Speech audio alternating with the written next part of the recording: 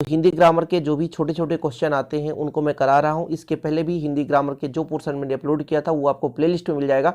चलिए शुरू करते हैं। इन प्रश्नों को आपको अच्छे तरीके से तैयार करना है। चलिए पहला क्वेश्चन देखते हैं, तत्सम शब्द। तत्सम शब्द क्या है? जो कि संस्कृत से डायरेक्ट हिंदी में ले लिए जाते हैं, उनमें कोई परिवर्तन नहीं होता, ऐसे शब्द तत्सम शब्द कहलाते हैं। जैसे संस्कृत में शब्द आप पढ़ रहे होते हैं, उसी शब्द को डायरेक्ट यदि हिंदी में ले लिया जाए और उसमें कोई परिवर्तन ना हो, टू कॉपी, ज्यों का त्यों संस्कृत से हिंदी में लिया गया शब्द तत्सम शब्द कहलाता है। 2 अंक का क्वेश्चन या कभी कभी एक वाक्य में उत्तर पूछ दिया जाता है, तत्सम शब्द किसे कहते हैं? तो वे शब्द जो डायरेक्ट संस्कृत से हिंदी में लिए जाते हैं, जिनका कोई परिवर्तन नहीं होता, उसे हम तत्सम शब्द कहते हैं। ऑब्जेक्टिव में यदि पूछा जाएगा तो यदि ऐसा क्वेश्चन पूछ दिया गया कि संस्कृत से डायरेक्ट हिंदी में लिया गया शब्द जिसका कोई परिवर्तन नहीं होता है, वो कहलाता है क्या? तो तत्सम शब्द कहलाता है। क्या कहलाता है? तत्सम शब्द। अगला आपका क्वेश्चन है, मुहावरे एवं लोकोक्ति में अंतर। क्योंकि आपको पता है कि मुहावरा जो होता है मुहावरा जो होता है वो वाक्यों के बीच में प्रयोग होता है, और लोकोक्ति जो होता है खुद का एक वाक्य स्वरूप होता है।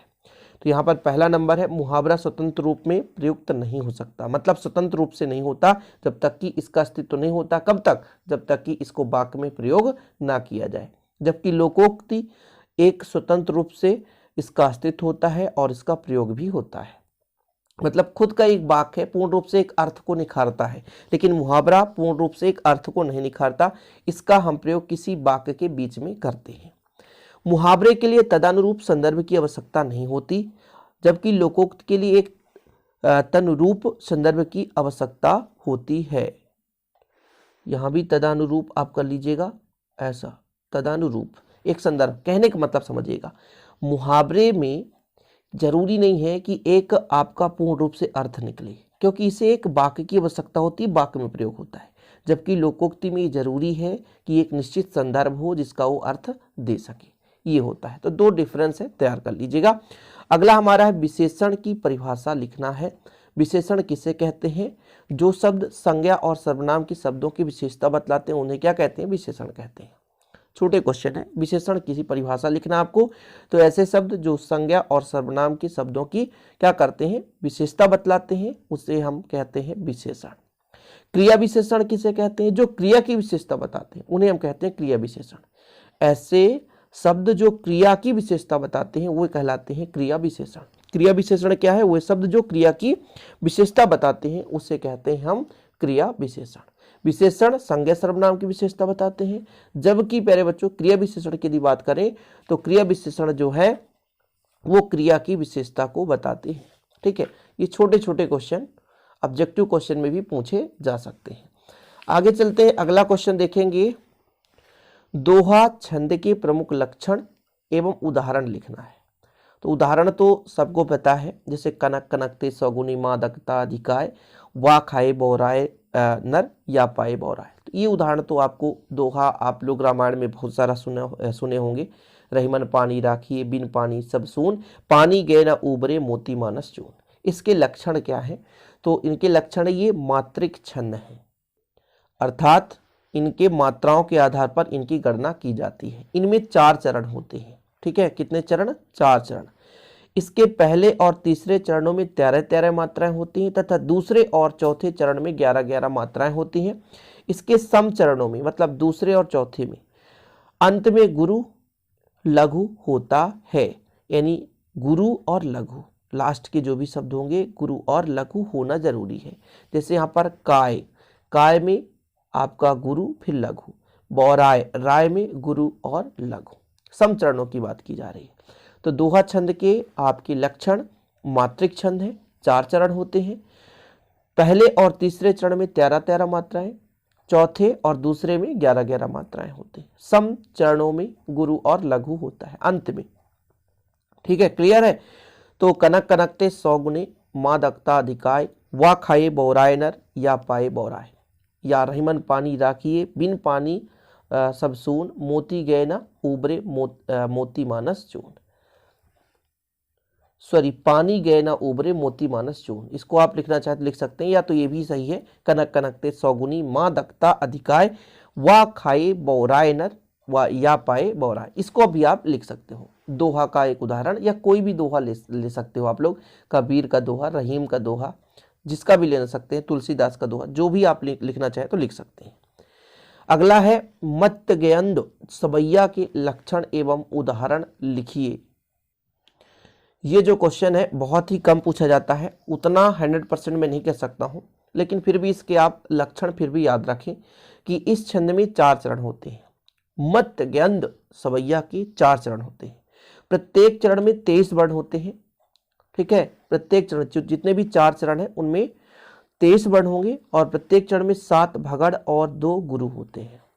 ठीक है, इसका उदाहरण ये है, उदाहरण आप दुल्हन श्री रघुनाथ बने, दुल्ही सिय सुंदर मंदिर माही, गावत गीत सबय मिल, सुंदरी वेद जुबा जुरी विप्र पढ़ाही, राम को रूप निहारत जानगी, कंगन की नंकी पर छाही, यात सबय सुधि भूल गई, करटे की रही पल टारत नहीं। यहाँ पे श्रृंगार रस भी है। ये श्रृंगार रस का एग्जाम्पल हम लोग याद कराते हैं बच्चों को कि राम को रूप निहारत जानकी, कंगन की नंकी पर छाई, यात सबय सुधि भूल गई, करटे की रही पल टारत नहीं। तो ये आप श्रृंगार रस का उदाहरण भी याद कर सकते हो। ये जो 2 लाइन आप याद कर लोगे तो श्रृंगार रस का ये उदाहरण है। ओज गुण का एक विशेषता बताना है। ओज गुण मतलब जहां अपने देश के प्रति प्रेम हो, ओज हो, वीर हो, राष्ट्र प्रेम हो, राष्ट्र के प्रति भाव हो, उसे हम ओज गुण कहते हैं। बुंदेले हर बोलों के मुंह से हमने सुनी कहानी थी, खूब लड़ी मर्दानी वह तो झांसी वाली रानी थी। इसमें ओज गुण है। कौन सा गुण है? ओज गुण। बुंदेले हर बोलों के मुंह से हमने सुनी कहानी थी, खूब लड़ी मर्दानी वह तो झांसी वाली रानी थी। मोस्ट इंपॉर्टेंट चीजें हैं, इनको आप तैयार कर लिया करें। जो भी छोटे क्वेश्चन 2 अंक के क्वेश्चन पूछे जाते हैं हिंदी ग्रामर में, इसलिए प्यारे बच्चों आप लोगों को करा रहा हूं, आप किसी भी बोर्ड एग्जाम से हो अच्छे तरीके से तैयार करें।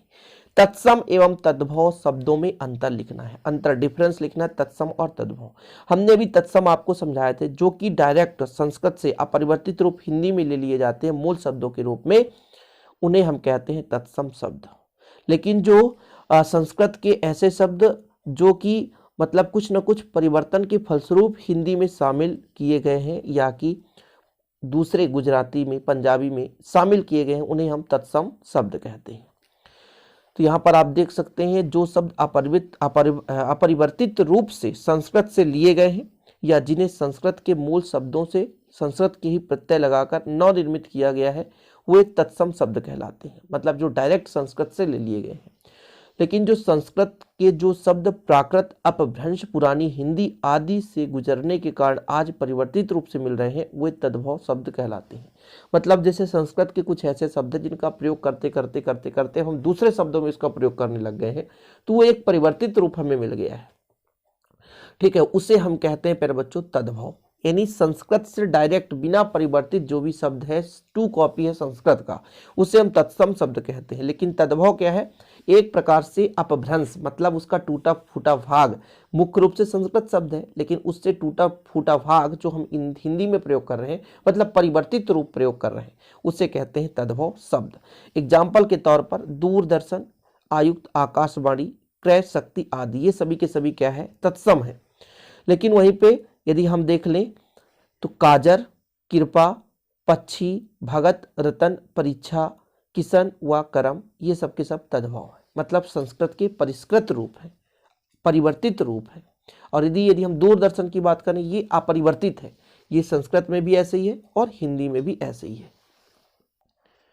तो तत्सम और तद्भव शब्द में अंतर जो है, डिफरेंस क्लियर है। 2 अंक के पूछे जाएंगे, 2 आपसे बनना चाहिए। अगला आपका क्वेश्चन है, बोली किसे कहते हैं? बोली किसे कहते हैं? तो आपके आसपास सामान्य बोलचाल में जिन शब्दों का हम प्रयोग करते हैं, जिन भाषा का हम प्रयोग करते हैं, उसी भाषा को हम बोली कहेंगे। कहने का मतलब एक छोटी सी इकाई में जो भाषा बोली जाती है उसे हम बोली कहते हैं। यानी प्रयुक्त होने वाले शब्द, अपने स्थानीय स्तर पर जो शब्द प्रयोग किए जाते हैं, जिस शब्दों के आदान प्रदान से हम एक दूसरे को समझ पाते हैं, एक दूसरे की चीज़ों को देख पाते हैं, उनको कम्युनिकेशन सिस्टम जिसे बोलते हैं, तो वो बोली है। स्थानीय भाषा को हम क्या बोलते हैं? बोली कहते हैं। यानी बोली जो है भाषा का एक लघुत्तम इकाई है, सूक्ष्म रूप है। बड़े से क्षेत्र में जब बोला जाता है उसे हम भाषा कह देते हैं, विभाषा, राजभाषा कहते हैं। लेकिन वो छोटे से क्षेत्र में, जैसे आपका बुंदेली है, निमाड़ी है, मालवी है, यहाँ पर बोली बोली जाती है। तो बोली किसे कहते हैं? स्थानीय भाषा को हम बोली कहते हैं, जो छोटा भाषा होता है उसे हम बोली कहते हैं। मध्य प्रदेश में बोले जाने वाली कुछ बोलियों के नाम बताना है, तो बुंदेली, बघेली, मालवी, निमाड़ी। हमने अभी बताया बुंदेली, बघेली, मालवी, निमाड़ी। जैसे हम लोग बघेली क्षेत्र के अंतर्गत आते हैं, बघेल खंड, हमारा जो शहडोल है वो बघेल खंड में आता है। जैसे निमाड़ी है खरगोन, खंडवा, मालवी है इंदौर, ऐसे बुंदेली है टीकमगढ़, पन्ना, छतरपुर, ये बुंदेली। तो ये हमारे बोले जाने वाली बोलियां हैं, 4 बोली, बुंदेली, बघेली, मालवी, निमाड़ी। मध्य प्रदेश के लिए है फिर बच्चों, ठीक है, किसके लिए? मध्य प्रदेश के लिए। अगला क्वेश्चन है हमारा, अभिधा शब्द शक्ति एवं लक्षणा शब्द शक्ति में क्या अंतर है? उदाहरण सहित स्पष्ट कीजिए। अभिधा शब्द शक्ति एवं लक्षणा शब्द शक्ति में क्या डिफरेंस है, इनको आपको समझाना है। तो इसको देखिएगा, जिस शक्ति के माध्यम से प्रचलित अर्थ का ज्ञान हो उसे अभिधा शब्द या शक्ति कहते हैं। कहने का मतलब किसी चीज को यदि बोला जाए और उसका डायरेक्ट अर्थ निकले उसे हम अभिधा कहते हैं। जैसे गाय बड़ा उपयोगी पशु है, ठीक है, लेकिन इस लक्षणा में लक्षण दिखे, हम किसी बात को कहें, हम बड़ी बात को कह रहे हैं लेकिन उसका अर्थ भिन्न प्रकार से निकल रहा हो, उस बात से छिपी हुई अर्थ निकले, उसे हम लक्षणा कहेंगे। जैसे गोपाल उल्लू है, कोई लड़का उल्लू तो नहीं हो सकता है, लेकिन इसमें समझ में आ रहा है कि गोपाल क्या है? एक मूर्ख है। तो अभिधा में क्या होता है? अभिधा में एक डायरेक्ट कम्युनिकेशन होता है, कोई शब्द बोला गया उसका डायरेक्ट अर्थ निकल रहा होता है, लेकिन लक्षणा में नहीं होता। लक्षणा में कोई व्यक्ति किसी शब्द को लक्षण के रूप में उसको रिप्रेजेंट करता है, बताता है, और उसका अर्थ कोई और भिन्न प्रकार से अर्थ निकल रहा होता है, उसे कहते हैं लक्षणा।